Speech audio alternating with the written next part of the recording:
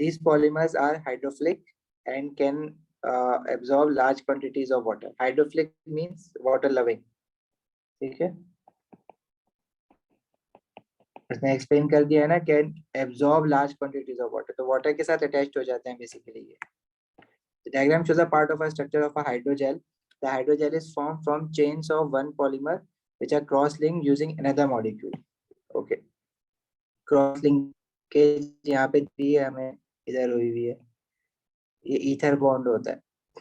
ठीक है, ये वाला जो है ना, COC is ether and C double bond OO is ester. Draw the structure of monomer used in the polymer chain. तो आइडेंटिफाई कर पा रहे हो कि इसमें आपका मोनोमर क्या होगा?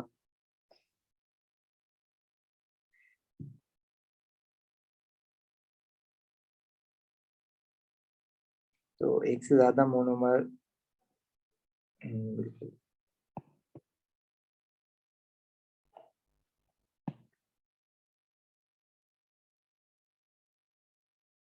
अच्छा, ये हमारा एस्टर बना हुआ है, सॉरी COO है ना, एस्टर लिंकेज आ रही है यहाँ पे. अगर देखो मोनोमर आइडेंटिफाई करने के लिए आप जो आपका जो भी लिंकेज है ना उसको ब्रेक डाउन कर दो. अभी एस्टर लिंकेज है जो कि ब्रेक डाउन होती है. एस्टर लिंकेज हमेशा यहाँ से ब्रेक डाउन होती है, OO के बाद से. मतलब carbon oxygen double bond, oxygen यहाँ से ब्रेक डाउन होगा. इसी तरह ये यहाँ से टूटेगा. ये तो आगे देखो यहाँ से कंटिन्यूएशन हो रही है ना, मतलब ये यहाँ से ब्रेक डाउन करो, ये वाला यहाँ से ब्रेक डाउन करो और अब आइडेंटिफाई करो.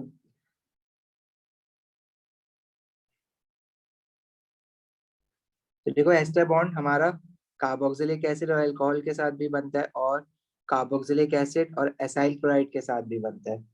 सॉरी, अल्कोहल और एसाइल क्लोराइड, मतलब OHO और एसाइल क्लोराइड हो तब भी एस्टर बनता है, और अल्कोहल OHO और कार्बोक्सिलिक एसिड हो तब भी हमारा जो है वो एस्टर बनता है. सही, तो आप इसमें से मोनोमर जो बनाओगे तो वो आप अल्कोहल भी बना सकते हो. मतलब अल्कोहल तो बनेगा बनेगा, लेकिन दूसरा जो है वो एसिड भी बना सकते हो, और साथ में आप वो भी बना सकते हो, क्या कहते हैं, एसाइल क्लोराइड भी बना सकते हो. तो draw the structure of the monomer used in the polymer chains. देखो कह रहा है hydrogel is form from the chains of one polymer which are cross linked using another molecule. तो एक ऑलरेडी पॉलीमर बना हुआ था, वो क्रॉस लिंक्ड हुआ है.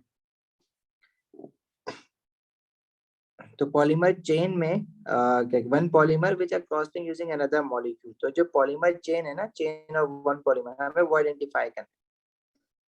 ठीक है, अब अगर मैं देखो इसको देखो ना, पहला वाला है जो ये वाला है मेरा, इसको देखो, यही चीज एज इट इज आगे भी रिपीट हो रही है, जो मैंने एक येलो बॉक्स में बंद किया है और रेड बॉक्स में बंद किया है. मतलब पहले ये जो येलो और रेड बॉक्स वाला है ना, इनके बीच में पॉलीमर चेन बनी हुई है.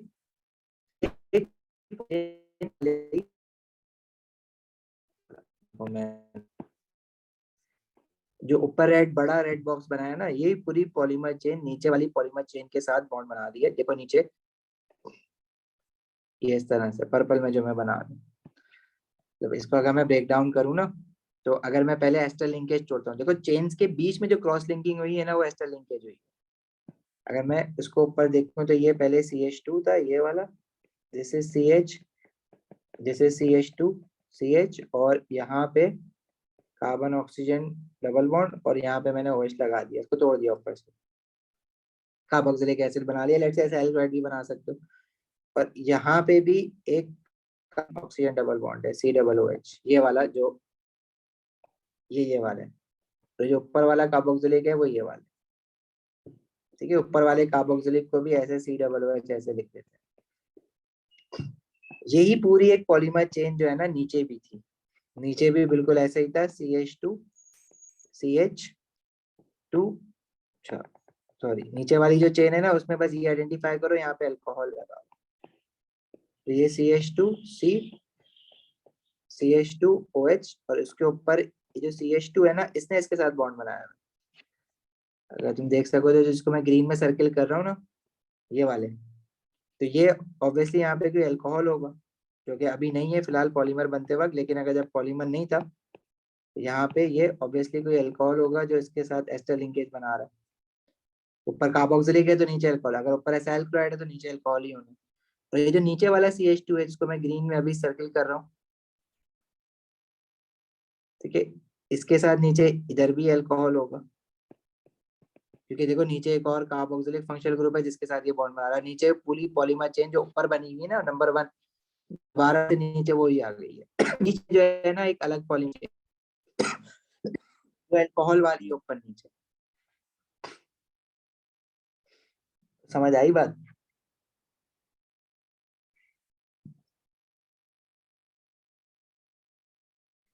तो the hydrogel is formed from chains of one polymer which can be crossed using another molecule.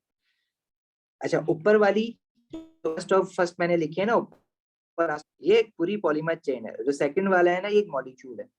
ऐसा मैं क्यों कह रहा हूँ, क्योंकि जो सेकंड वाला है उसमें देखो कंटिन्यूटी बॉन्ड्स तो नहीं है ना, OH पे रुक गया है, और लेफ्ट राइट और लेफ्ट दोनों पे OH पे रुक गया है।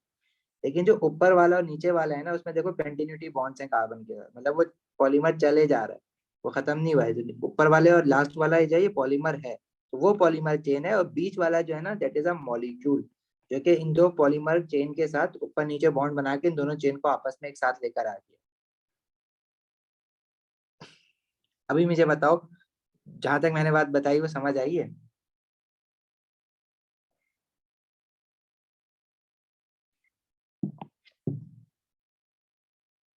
हेमंत, फैज, कुमैल, मरियम, ये आपको कंफर्म करना पड़ेगा। देखो ये समझ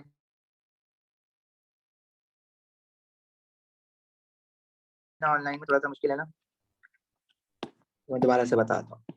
ये जो ऊपर वाला है ना ये एक पॉलीमर चेन है, और नीचे वाली एक पॉलीमर चेन, जिनको मैंने पर्पल में हाईलाइट किया है। मैं क्यों कह रहा हूँ उनको पॉलीमर चेन, क्योंकि देखो इधर एक कंटिन्यूटी बॉन्ड है ना, कंटिन्यूटी बॉन्ड के बाद आगे कंटिन्यू होगा, this is a polymer chain,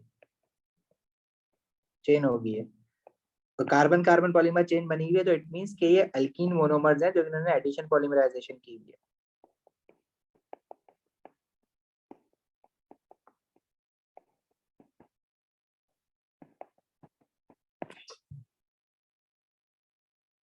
इसमें से अभी आपको मोनोमर निकालना है। पॉलीमर चेन का ये देखो बीच वाला है ना, ये यहाँ से लेके यहाँ तक जो मैं डब्बे में बंद कर रहा हूँ ग्रीन कलर की, दिस इज वन मॉलिक्यूल। इसने बात की है hydrogel is form from chains of one polymer which are cross linked using another molecule. तो जो मॉलिक्यूल है ना वो ये है बीच वाला, जो चेन ऑफ पॉलीमर है वो ऊपर और नीचे वाली है, जिनको मैंने पर्पल में हाईलाइट किया हुआ है। अब आप इस चेन को, एक चेन को अगर अलग देखो ना, बिल्कुल सेपरेट आउट करके देखो। अब इस चेन को अगर उठा के अलग से देखो तो इस चेन में दो रिपीटेड यूनिट दिख रहे हैं। एक रिपीटेड यूनिट ये है जिसमें CH और कार्बोक्सिलिक ग्रुप है,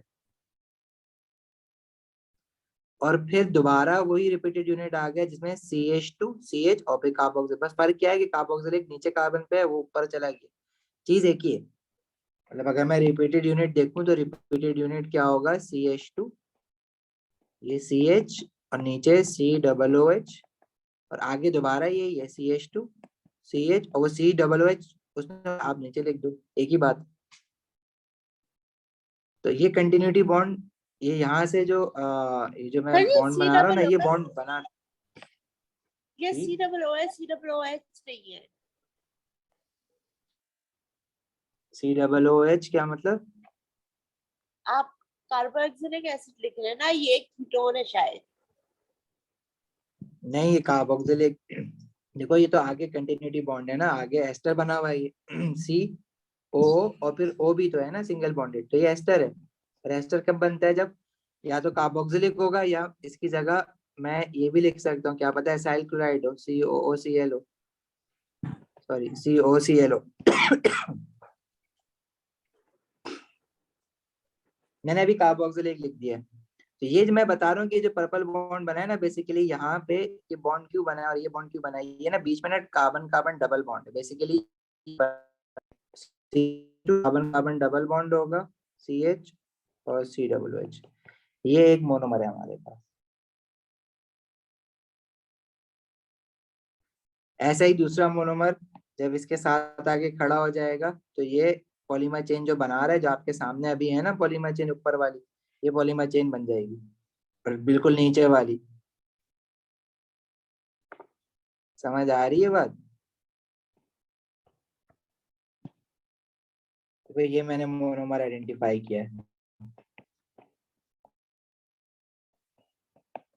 और दूसरा मोनोमर उसने बस कुछ भी नहीं है, सेम है, कार्बन, ये एक ही चीज है, आइडेंटिकल है ना, इतना तो जानते हो तुम लोग।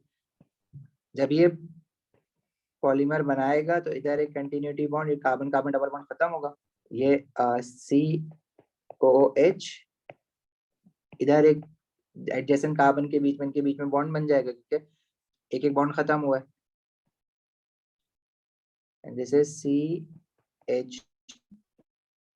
CH और COOH। उसने बस क्या करा है, ये जो कार्बोक्सिलिक फंक्शनल ग्रुप है उसको खोल के लिख दिया, वो आप भी कर सकते हो। ओपन करके लिखोगे तो that would be COO and OH, और यहाँ पे C डबल बॉन्ड OH। ये चेन है बेसिकली, और ऐसी दो है, दो चेन है।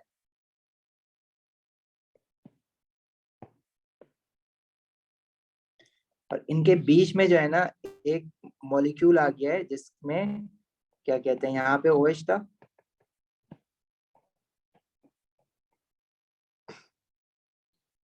तो वो इसने बेसिकली इन्होंने मिलके जो है ना आपस में ये निकल गया और ये एस्टर लिंकेज बना लिया। और ये मॉलिक्यूल है ना वो क्या है, ये वाला मॉलिक्यूल है।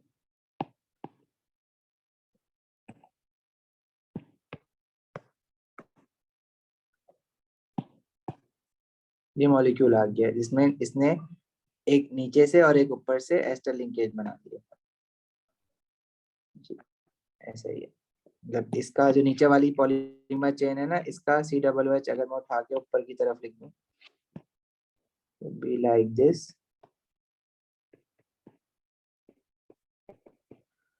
और ये वाला हम नीचे लिख देते हैं।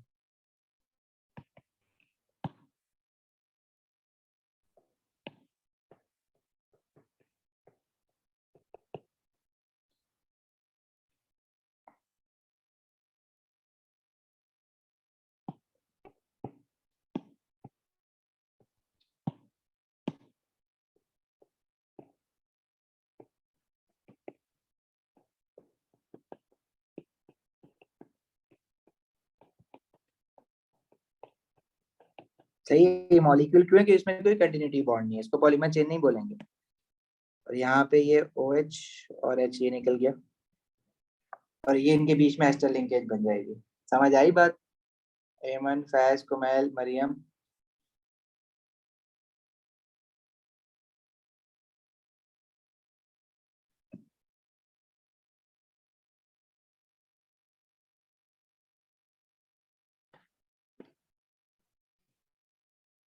चलो जरा एक बार फिर देखो उसको।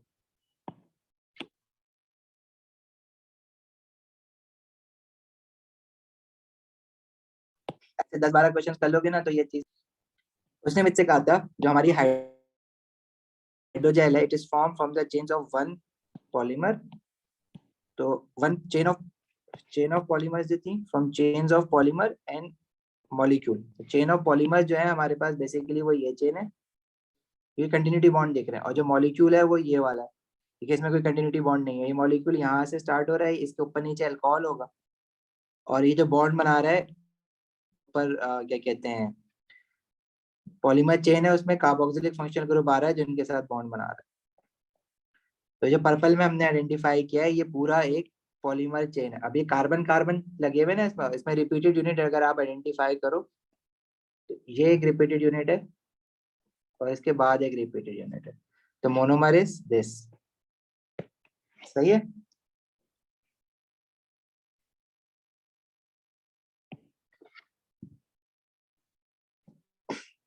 Say type of polymerization used to form these chains. So obviously this is addition polymerization.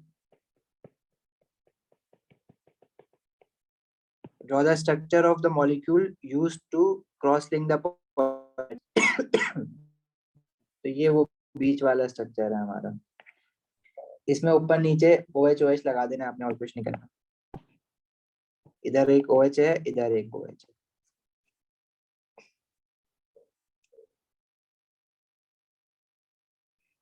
सही है, मतलब ये जो बीच वाला कार्बन है इसके साथ अगर आप ये वाली चीज देखो, ये भी सेम है, ये वाली चीज भी सेम है, ये वाली चीज भी सेम है, ये वाली चीज भी सेम है, मतलब इसको आप यूं भी लिख सकते हो, सी के साथ CH2OH, और कितने ब्रांच में लगे हुए हैं, चारों ब्रांच में लगे हुए हैं, चारों एक जैसे। यही बना सकते हो, ये बना सकते हो।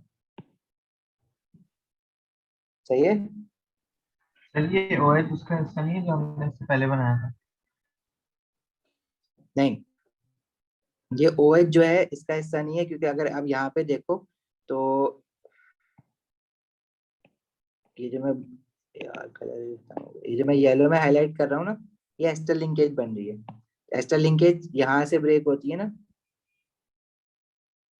तो ये जो COOO है वो ऊपर से आया होगा पॉलीमर चेन से, और नीचे से कुछ आया होगा ना जिसके साथ एस्टर लिंकेज बन रही है। तो ऊपर अगर कार्बोक्सिलिक है तो नीचे CH2 के साथ क्या होना चाहिए, OH होना चाहिए ना, तभी तो एस्टर लिंकेज बनेगी।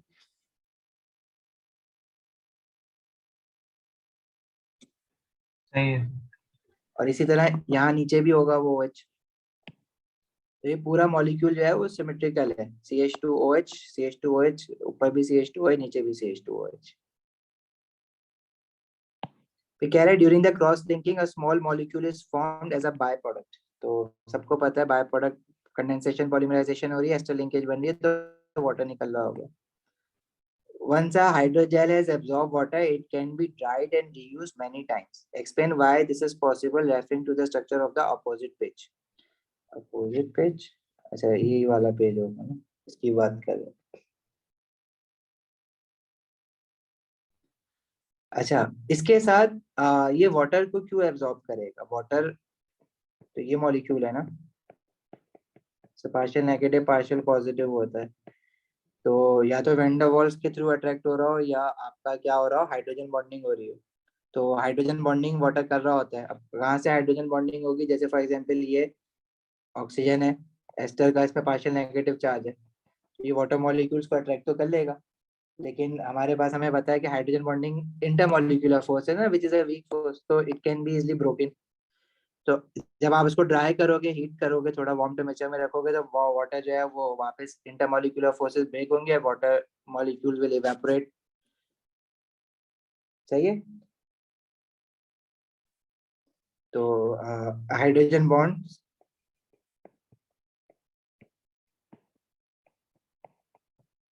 formed between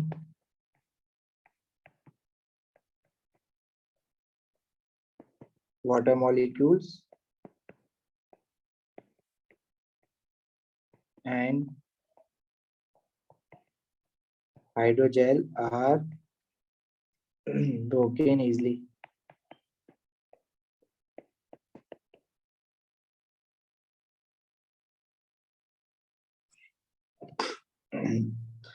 अच्छा, अब इस तरह के जो पार्ट होते हैं ना, ये मोस्ट प्रोबेबली आप नहीं कर सकते, क्योंकि ये अलग ही, अब इस तरह से तो बहुत सारे स्ट्रक्चर्स हो सकते हैं, बंदा कितने पढ़ेगा, और हमें क्या पता कि कौन सा आने वाला है। सिलेबस में तो उसने डाला नहीं है कि हाइड्रोजेल भी पढ़ाना है।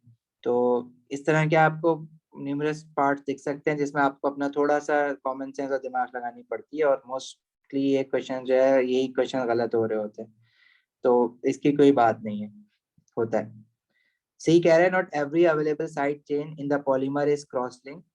मतलब जितनी भी carboxylic functional group side chain में आ रहे थे, कह रहे हैं कि सबका सब क्रॉस लिंक नहीं होगा, the amount of cross linking affects the properties of hydrogen. तो ये सारी ज्यादा क्रॉस लिंक होंगी तो अलग प्रॉपर्टी होगी, सिर्फ कुछ क्रॉस लिंक होंगी तो डिफरेंट प्रॉपर्टी होगी। The amount of cross linking has little effect on the ability of the gel to absorb water, suggests why this is the case. देखो, अगर कुछ कार्बोक्सिलिक फंक्शनल ग्रुप एस्टर नहीं भी बना रहे, तो उसमें ऑक्सीजन तो अभी भी है ना जिसपे पार्शियल नेगेटिव चार्जेस हैं, तो हाइड्रोजन बॉन्डिंग तो अभी भी होनी है। ठीक है।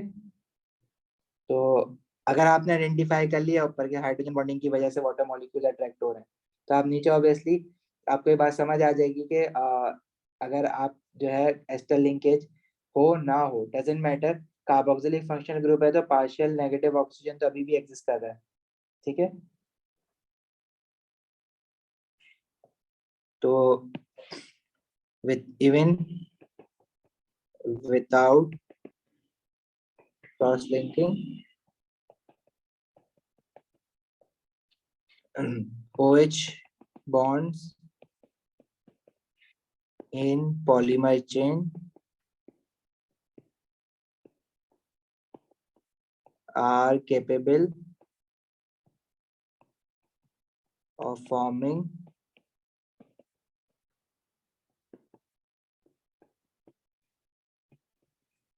hydrogen bonds with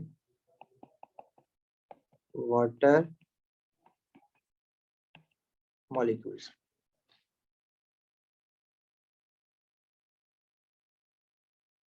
Right?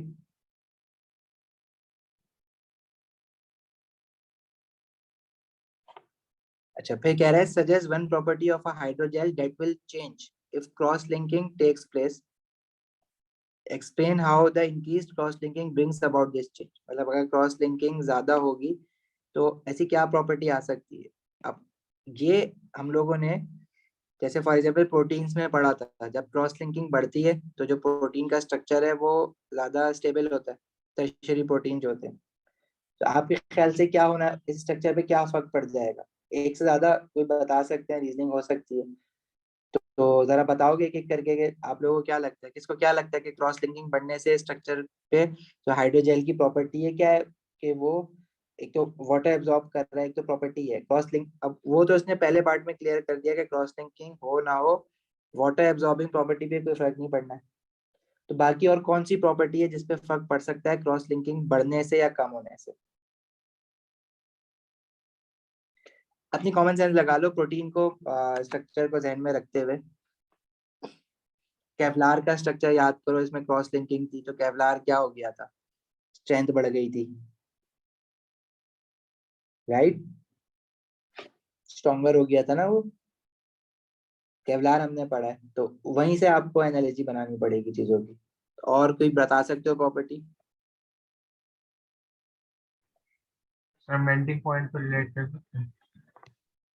Cross linking से मेल्टिंग पॉइंट बिल्कुल बढ़ेगा, क्योंकि मेल्टिंग पॉइंट इसका क्या होगा कि चेन जो है वो अलग अलग हो जाए, चेन्स मतलब जो आपस में इनकी लिंकेज बनी है वो अलग अलग हो जाए। क्रॉस लिंकिंग नहीं है, अगर सिर्फ हाइड्रोजन बॉन्डिंग की वजह से आपस में चेन जो है वो इंटरलिंक्ड है तो वो तो इजिली ब्रेक हो जाएगा। लेकिन अगर क्रॉस लिंकिंग हो गई तो it means you now no more have to just break the hydrogen bonds, but you also have to break the covalent bonds, and covalent bonds are much stronger than the hydrogen bonding.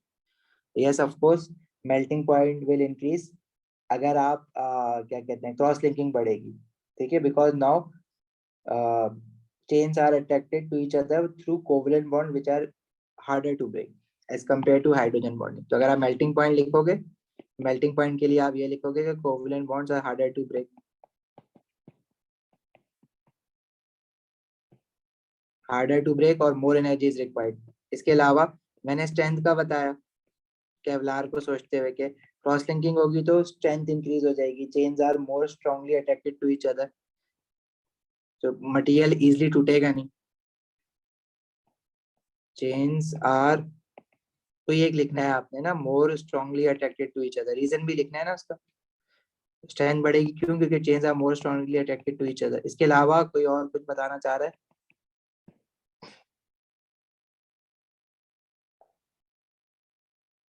Melting point का किसने बताया था अभी? कुमेल?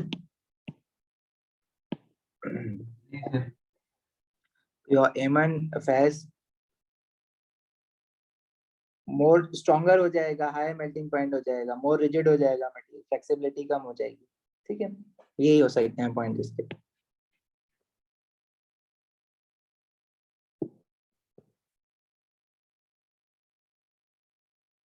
आगे बढ़े।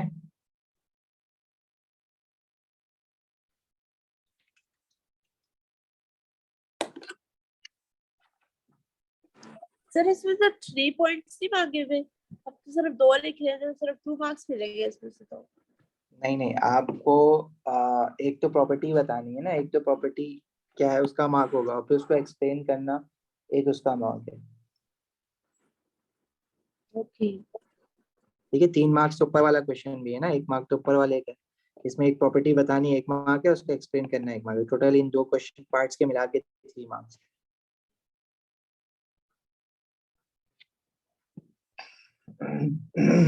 चलें आगे, एक और ढूंढो क्वेश्चन ऐसा, देखो इसमें भी आ रहा है कुछ इस तरह का, इंटरेस्टिंग लग रहा है।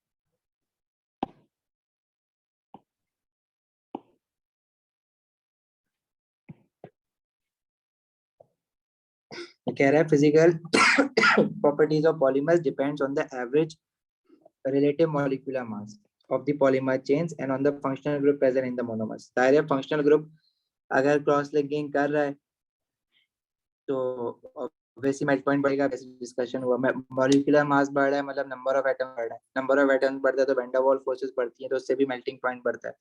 क्रॉस लिंकिंग होती है तो आपका क्या कहते हैं स्ट्रेंथ भी बढ़ती है।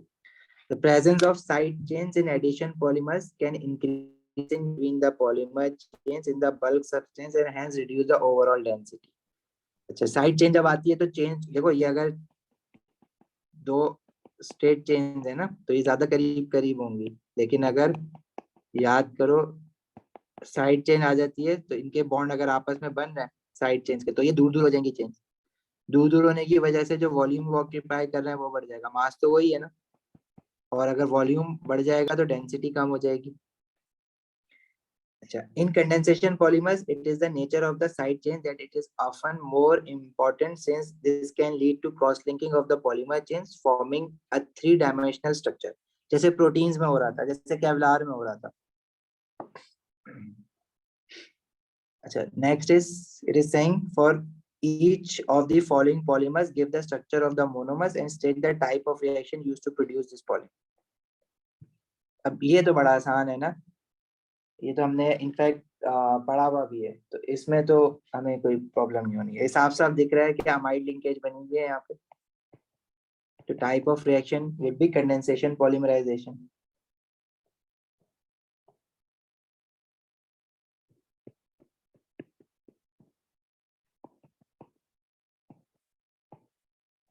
और मोनोमर्स 2 तरह के दिख रहे हैं मुझे, एक तो ये CH2 बीच वाला है और एक CH2 4 वाला है। ठीक है, एक में दोनों अमाइन अमाइन है, जैसे ये CH2 6, ये NH2 हो जाएगा डायमाइन। दूसरा वाला जो है वो, अच्छा अमाइड लिंकेज कब होती है, या तो जब दूसरे मोनोमर में कार्बोक्सिलिक फंक्शनल ग्रुप हो या एसाइल क्लोराइड हो। एसाइल क्लोराइड के साथ भी हो सकती है, तो आपकी मर्जी है, आपने कुछ भी लिख देना है इसमें। कार्बोक्सिलिक भी लिख सकते हो और एसाइल क्लोराइड भी लिख सकते हो। एसाइल क्लोराइड COCl COCl सही है, इन दोनों में से कोई एक लिख सकते हो। और अमाइन ये वाला, एक ये वाला, और कार्बोक्सिलिक डाई कार्बोक्सिलिक और डायसाइल में से कोई एक लिख दो। ठीक है भाई, यहाँ तक बात। पॉलीमर बी में सर मोनोमर पार्ट दोबारा स्टिच कर दे। कौन सा वाला पार्ट? Monomer part. मोनोमर देखो, अमाइड लिंकेज आइडेंटिफाई करिए आपने, अमाइड लिंकेज बन गई। तो अमाइड लिंकेज जो है वो डायमाइन और डाइकार्बोक्सिलिक के साथ बन सकती है, या आपका डायमाइन या डायसाइल क्लोराइड के साथ बन सकती है। तो एक मोनोमर जो होगा इसमें डायमाइन, डायमाइन मतलब राइट और लेफ्ट पे दोनों जगह अमाइन हो। जैसे ये एक मोनोमर बन रहा है मेरा पूरा, इसको मैं ब्लू में हाईलाइट कर रहा हूँ, ये एक पूरा मोनोमर बन रहा है, और दूसरा जो मोनोमर बन रहा है वो डाइकार्बोक्सिलिक या डायसाइल क्लोराइड होगा, ये वाला। तो उसके मैंने बस स्ट्रक्चर अलग से करके लिख दिए नीचे, मोनोमर्स के 2 डिफरेंट मोनोमर्स। ये ब्लू वाला आ गया अमाइन डायमाइन वाला, और दूसरा डाइकार्बो ग्रीन वाला जो है डाइकार्बोक्सिलिक वाला। अभी इसको येलो कर दो, ग्रीन कलर दिख नहीं रहा।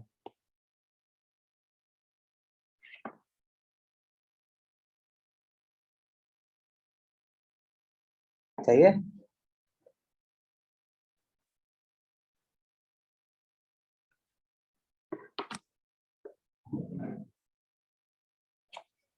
आगे बढ़े।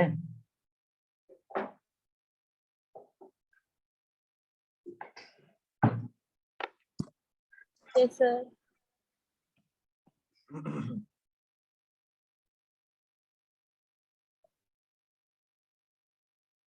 अच्छा, पॉलीमर बी के मोनोमर, अब ये तो एडिशन पॉलीमराइजेशन है, रिपीटेड यूनिट आइडेंटिफाई करो, ये CH3 दोबारा आ गया आगे, एक ये हो गया रिपीटेड यूनिट, और दूसरा भी दोबारा CH3H आ गया।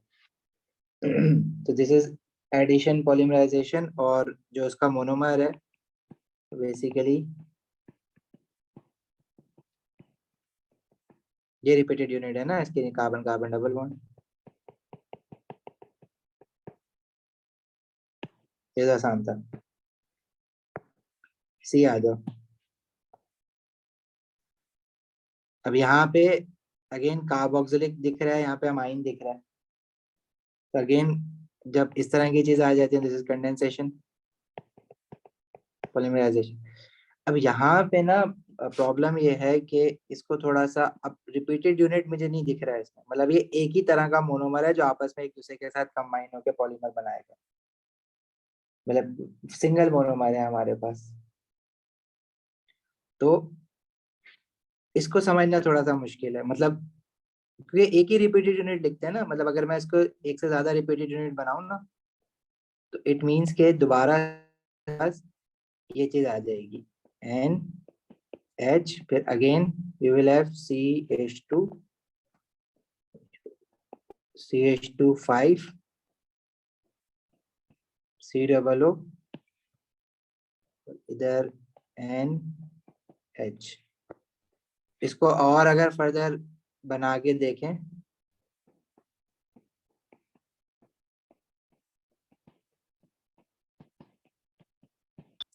ये ऐसे चलता रहेगा, मतलब रिपीटेड यूनिट एक ही है, मतलब एक ही मोनोमर है जो आपस में एक ही टाइप का मोनोमर है, व्हाट आई मीन टू से is same type of monomer है जो कि आपस में कंबाइन हो रहा है, मतलब उस मोनोमर में एक साइड पे कार्बोक्सिलिक है, दूसरी साइड पे अमाइन है, अमाइनो एसिड, राइट।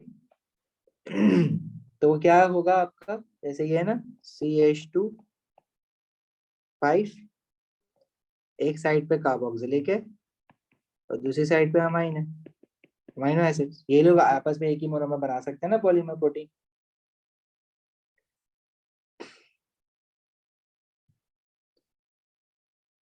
क्लियर है?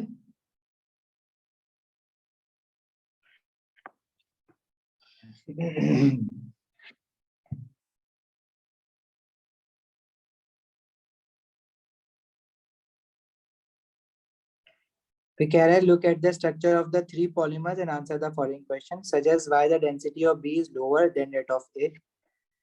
बी की डेंसिटी क्यों कम होगी, क्योंकि बी में क्या क्रॉस लिंकिंग बिटवीन मॉलिक्यूल्स, ये एडिशन पॉलीमर है, एडिशन पॉलीमर में क्रॉस चेन में ब्रांचिंग जो हुई है उसमें CH3 है।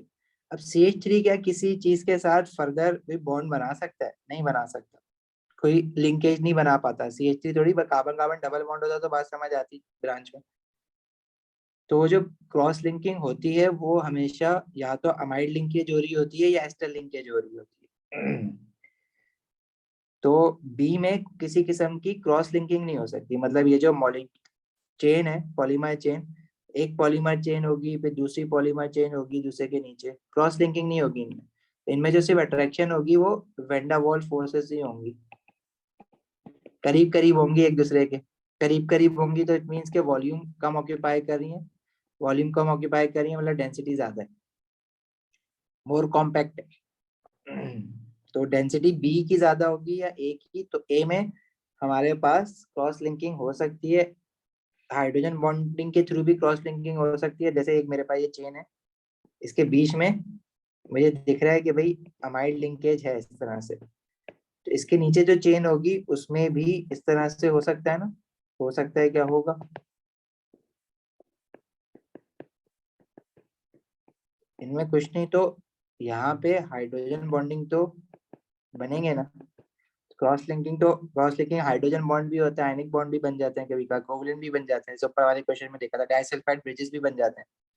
क्रॉस लिंकिंग है तो चेन एक दूसरे से दूर दूर हो जाएंगे, क्योंकि ये पार्ट अब करीब नहीं आ रहा ना, मतलब ये वाला पार्ट और ऊपर वाला पार्ट अब करीब करीब नहीं है, दूर दूर हो गया। अगर क्रॉस लिंक नहीं, ये ब्रांचेस नहीं होती तो ये चेन जो है एक दूसरे के करीब करीब होती, करीब करीब होती तो वॉल्यूम कम होता, वॉल्यूम कम होता तो डेंसिटी ज्यादा होती, तो बी जो है वो ज्यादा कॉम्पैक्ट होगा। क्यों? क्योंकि no cross links, chains are closer together, more compact, smaller volume means higher density. Suggest उसने तो सिर्फ तुमसे वो मांगा हुआ है ना, suggest why the density of B is lower than that of the A. तो no cross links possible.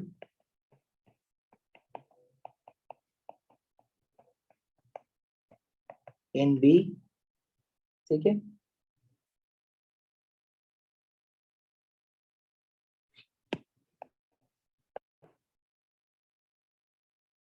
ठीक है, no cross links possible in B, so chains are closer.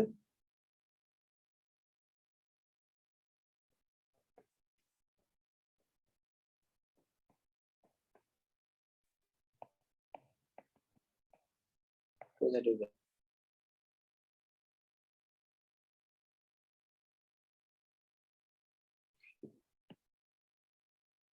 आगे कह रहा है which polymer will have the weakest forces between chains and what is the nature of these forces.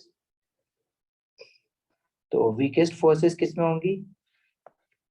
देखो जो polymer A है आपका, उसमें हाइड्रोजन बॉन्डिंग, तो stronger type of intermolecular force है, हो सकती है ना हाइड्रोजन बॉन्डिंग अमाइड लिंकेज है।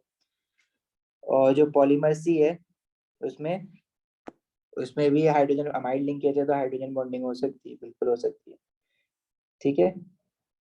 बी में जो होगा वो सिर्फ वैन डर वाल्स फोर्सेस होंगी, तो किसी किस्म की हाइड्रोजन बॉन्डिंग नहीं हो सकती, परमानेंट डायपोल भी नहीं हो सकता, इनफैक्ट कोई कार्बन कार्बन हाइड्रोजन बॉन्ड है तो परमानेंट डायपोल भी नहीं बनते इनमें। तो इनकी जो इंटरमॉलिक्यूलर फोर्सेस होंगी वो वैन डर वाल्स फोर्सेस होंगी। तो वीकेस्ट फोर्सेस जो होंगी वो पॉलीमर बी में होंगी।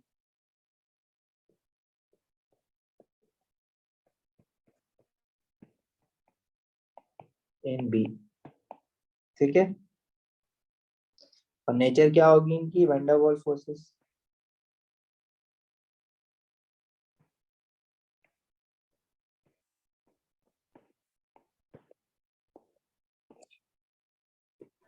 सर ये बी सब पार्ट 1 समझ में नहीं आया।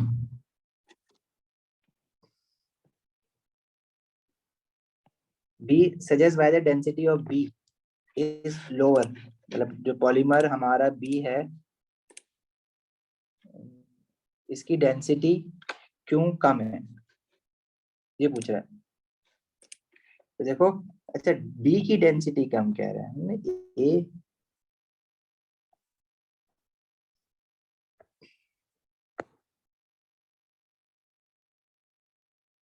बी में हमारे पास chains should be closer together, तो उल्टा हो गया, उल्टा लिख दिया था।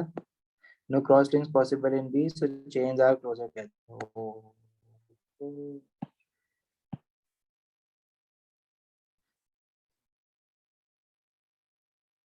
अच्छा बी में चेन्स जो है ना, आई एम सॉरी, चेन्स जो है वो कॉम्पैक्ट नहीं होगी, चेन्स जो है वो दूर दूर होंगी। ए में क्रॉस लिंक्स की वजह से जो प्रोटीन का जो टर्शियरी स्ट्रक्चर था, अगर तुम याद करो, तो primary structure alpha pleated sheets और beta pleated sheets, alpha helix जो था उसमें बीटा प्लेटेड शीट्स इस तरह से थी ना, लेकिन जो टर्शियरी स्ट्रक्चर था उसमें वो ज्यादा कॉम्पैक्ट बन जाते हैं ना, चेन्स आपस में पॉलीपेप्टाइड चेन आपस में कॉइल अप हो जाती है। तो मोर compact would be in A, this would be more compact, और less compact would be polymer B। अभी अगर लेस कॉम्पैक्ट है तो इट मींस के इसका जो वॉल्यूम ऑक्यूपाइड है वो ज्यादा है। अगर वॉल्यूम ऑक्यूपाइड ज्यादा है तो its density should be smaller, ठीक है, उल्टा हो गया हमारा। और मोर कॉम्पैक्ट पॉलीमर ए है due to cross linkage just like the tertiary structure of proteins. तो इसमें हमारे पास ये मोर कॉम्पैक्ट है तो volume is less and density is high, density A की हाई है नॉट बी। ये पूछा सजेस्ट वाला density of B is lower, okay.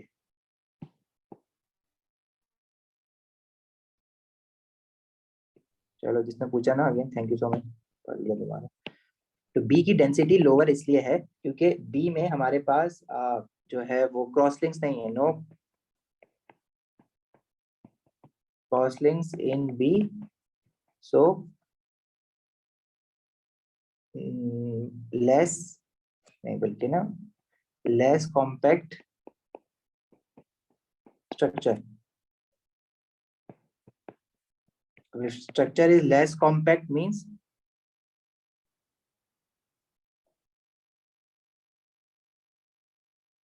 higher density, या लेस कॉम्पैक्ट मींस के वॉल्यूम ज्यादा होगी तो low density, larger volume and low density. सही है कुमैल? जी सर। ओके चलो अब ट्राई करो कुछ क्वेश्चंस ग्रुप पे भेजी हुई है फाइल, इसको आई थिंक फैज ने भेजी, दोबारा इसको जरा इतना, अगर किसी के पास नहीं है तो ट्राई करो कि जितने क्वेश्चन कर सकते हो उतने कर लो। ठीक है जी, ओके चलो, अल्लाह हाफिज।